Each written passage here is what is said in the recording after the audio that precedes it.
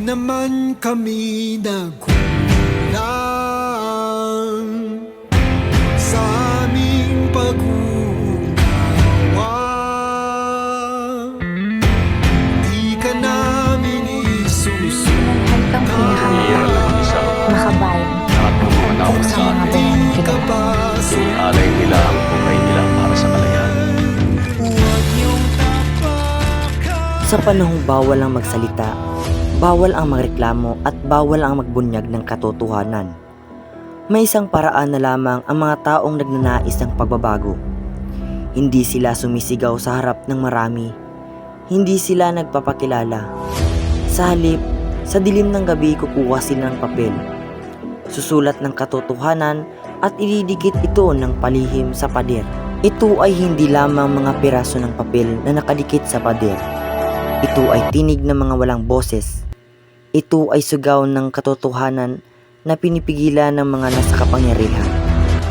Mahigit 100 taon na ang nakakalipas mula noong idinikit ang mga pasking iyon. Ngunit, tanungin ninyo ang inyong sarili. Tunay na ba itong nawala? O nagbago lamang ng anyo at patuloy pa rin nakadikit sa ating buhay hanggang sa araw na ito?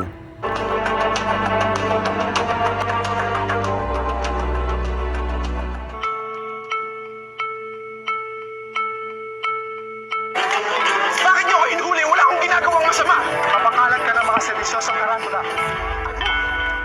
Sa Kabanata 26, biglang nagkalat ang mga paskin sa buong Maynila. Sa pader ng universidad, sa mga simbahan, sa mga pampublikong lugar. Walang pangalan ng sumulat, ngunit malinaw ang mensahe. Isiniwalat nito ang pang-aabuso ng mga preyle, ang kawalan ng katarungan sa pamahalaan at ang pagkakait ng karapatan sa mga Pilipino. Ipinapakita ni Rizal sa kabanatang ito na kapag ang kapangyarihan ay gumagamit ng takot, ang katotohanan ay laging itinatago. Sa akin po, ang mga paski noon ay parang mga post, status o komento sa social media ngayon. Pareho lang po ang gustong malaman ng lahat kung ano ang totoo. Pero kapag ginawa mo yun, minsan ikaw pang sinisisi. Sasabihin na lang, nanggugulo ka, sumasulungat ka, o may masamang intention ka. Parang sa libro po, hindi nila tinitingnan kung ano ang tama. Ano ba ang sinasabi mo? Kundi, kung sumusunod ka ba sa gusto nila. Naranasan ko po yan. Noong nagtanong ako kung bakit gano'n ang patakaran, sinasabihan ako mahimik na lang. Bakit po kailangan manahimik kung mali na ang nakikita natin? Parang sina Basilio at Isagani, hindi sila gumawa ng masama, nagsalita lang sila ng totoo pero pa ang pinarusahan.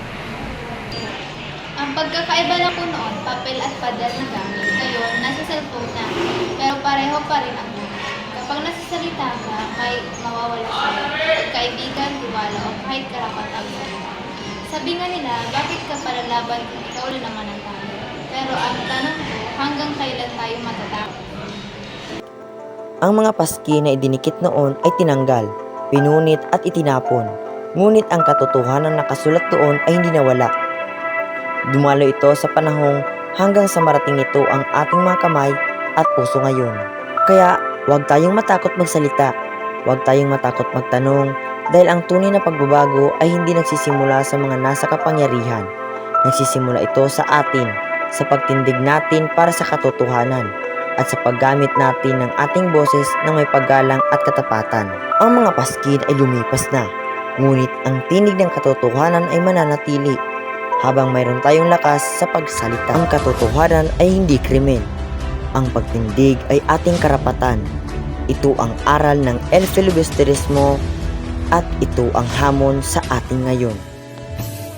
Toto'y makinig ka, huwag kang magpagabi.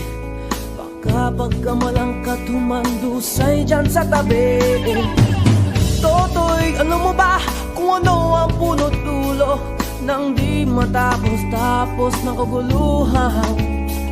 Ito, hindi pula't dilaw, tunay na makalaban.